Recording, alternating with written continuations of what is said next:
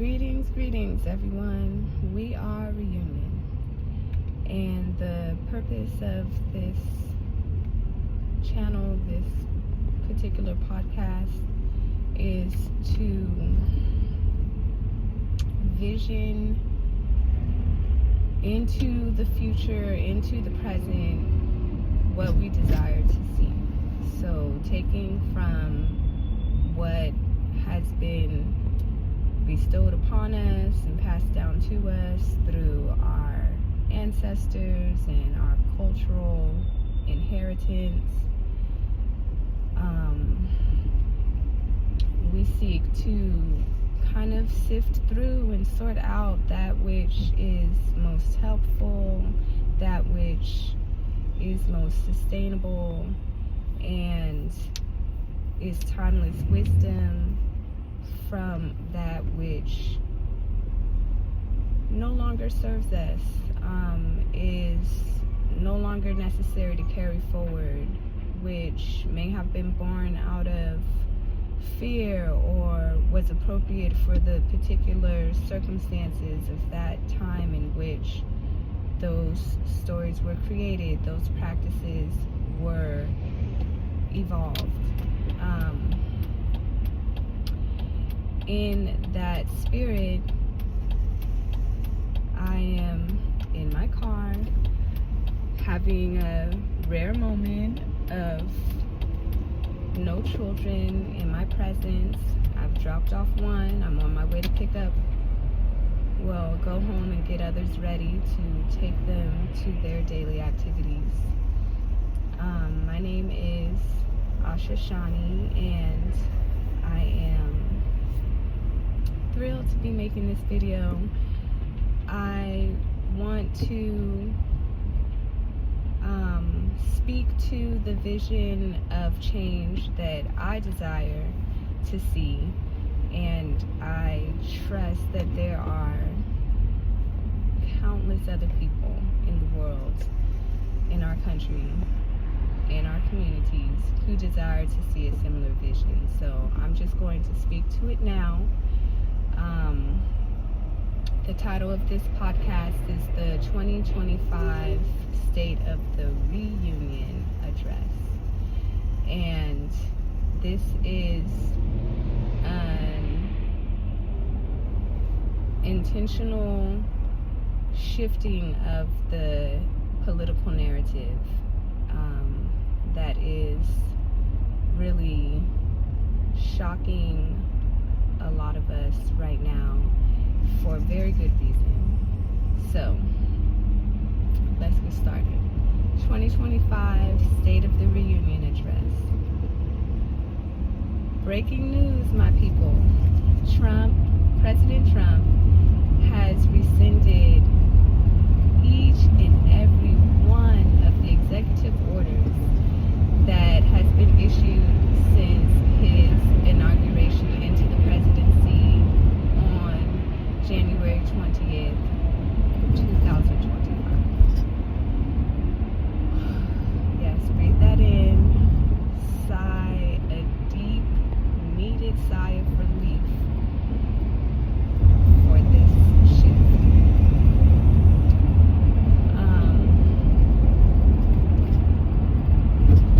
Alongside this decision to rescind all of these executive orders, President Trump has very ceremoniously printed out the Project 2025 documents and thrown them into the fireplace to just watch them burn into ashes. The question you may be asking yourself, and that I ask myself upon hearing this news, is why? Why this dramatic shift? Well, as we saw in the inauguration ceremony, there was a lot of references to God, to the Christian ideology, and according to President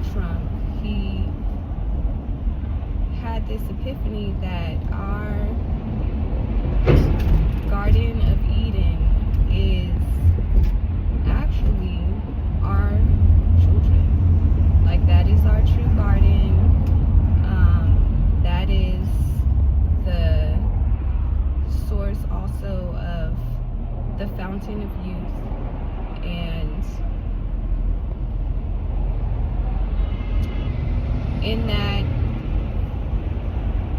that garden, in that lush type of symbolic interpretation of pure, innocent, godly existence, we retain that in our present physical times through our children who are born just like that, pure, innocent, godly, full of potential and love, unconditional. And that our sole purpose, President Trump says, is to nurture our garden. Like, our main responsibility, not necessarily our main responsibility, our main purpose, like, that is the central focus that we all can gather around. And in so doing, we are naturally nurturing ourselves, our own inner children, and this is just the answer. This is the solution to all of our issues within our human experience, to take that beautiful life that is presented to us upon birth, and all the beautiful lives of all the children who are born, and the beautiful life of ourselves who were born, and to give our children the care that they deserve and that they need, to give ourselves the care that we deserve and that we need, and that, truly a lot of us did not fully receive, and that was in large part due to a lot of misinterpretations of where our priorities and focus ought to be. I don't want to make this State of the Address too long, so I'm going to touch on a few of the main tenets of President Trump's, this vision of President Trump coming to this new awareness and what that would look like. So, initially it involves, in addition to rescinding all of the outrageous executive orders that have been issued since January 20th, it also involves President Trump changing his motto from "Make America Great Again" to "Make America Great," because President Trump recognizes that a country founded on genocide and enslavement of whole groups of people could never have been great to begin with. Therefore, there is this precious opportunity that exists now to make the United States of America truly great for the first time ever. And the way that that can be done is by taking the lead in the international community to call out settler colonialism for what it is, which is a complete and total violation of human rights, and to dismantle all forms of settler colonialism around the globe, to return stolen lands to indigenous people, to make reparations and amends to the indigenous groups who experienced genocide in the stealing of their lands, as well as the descendants of the enslaved peoples who built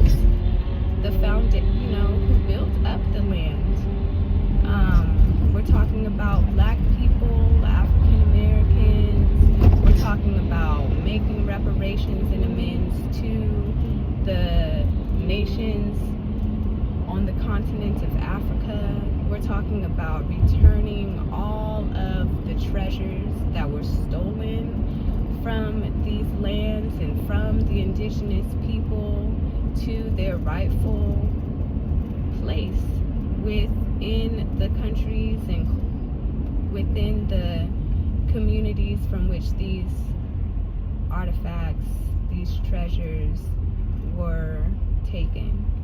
Just a total and complete acknowledgement of wrongdoing and healing of the harm caused by those wrongdoings. America, well, President Trump says the United States of America will is immediately and already enacting this process of dismantling the effects of settler colonialism within the so-called United States of America, renaming the land areas to their ancestral names, per the desires of the indigenous groups that will take ownership, or that to whom these lands will be returned. They will have complete and total sovereignty over determining how that land is used, what the name of that land will be. And the beautiful thing that we know is indigenous people groups and even the descendants of the enslaved peoples who were brought over here to build up this country, as well as the people in the countries of the continent of Africa. All we who have been oppressed want is acknowledgement and amends. We're not seeking to kick anybody out. We love to share, truly share, because we understand the interdependence of life, that sharing is necessary, it is required, it is also joyful, and makes life worth living, because we need community, we thrive in community, we need each other, all of us. In this light as well, President Trump is spearheading a process by which descendants of the original settler the original colonizers, I'll say, can unpack their own, really sordid story and heal from the trauma that, has occurred throughout time within their own culture, within European, the European experience. The harms that were done upon other people, as many of us know, were first experimented on the people of Europe within the continent of, or within the countries of Europe. And there's a lot of healing that needs to be done there. There's, amends and reparations that need to be made toward the Irish people, toward the people from whom the aristocracy or landlords or kings or queens stole from within the countries of Europe, and that healing is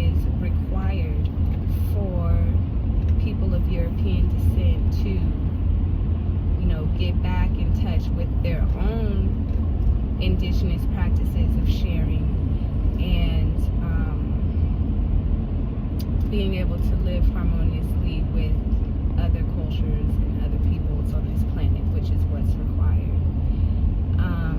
There is also, President Trump says, going to be a full dismantling of the military because it's not necessary, it's not helpful. A removal of all military bases all over the world, transitioning of military personnel into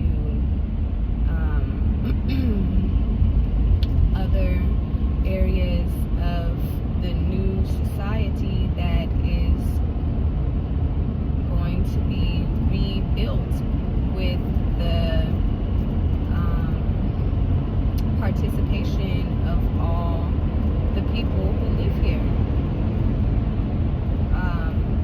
So also those in the military will be receiving mental health services to help address and move through the PTSD and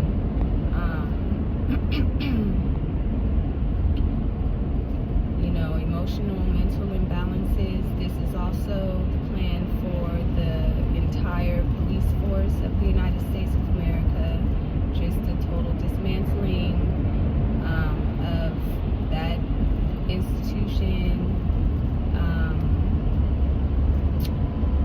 the criminal justice system, the shutting down and transitioning of all carceral systems into zones of rehabilitation for those who need it. Like, this is just totally awesome, everybody. We're gonna make sure that everyone's needs are met, that no one is unhoused, no one is unfed. There's no need for a federal treasury. We just need to all share the resources that we have, and we have more than enough, and we know this. We need to make sure that, well, this is for President Trump, okay? We need to make sure that the Palestinian people receive all of the aid that they need to rebuild in this vein of dismantling settler colonialism. Israel is right there with the United States of America in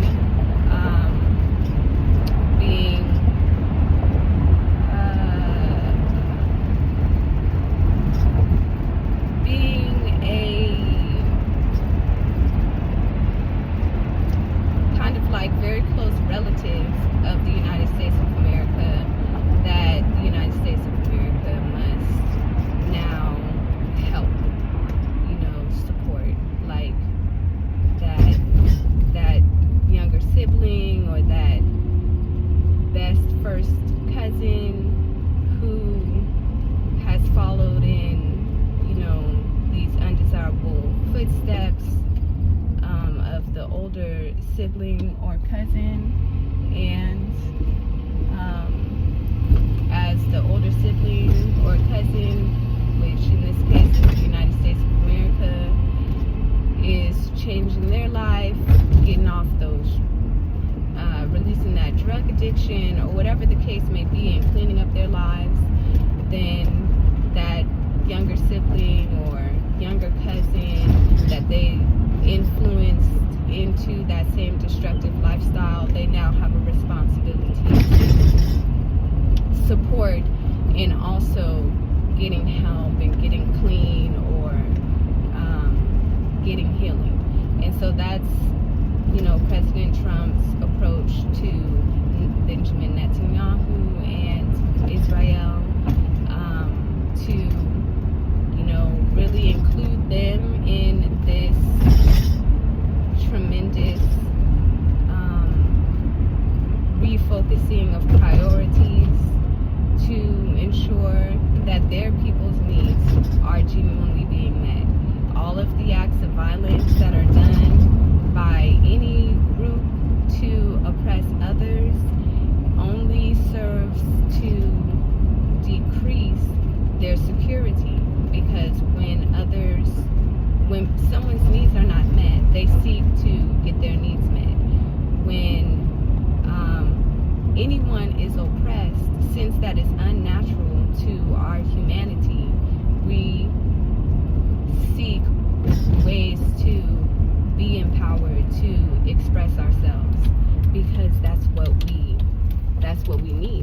design. We are creative, self-expressive beings who require autonomy, who require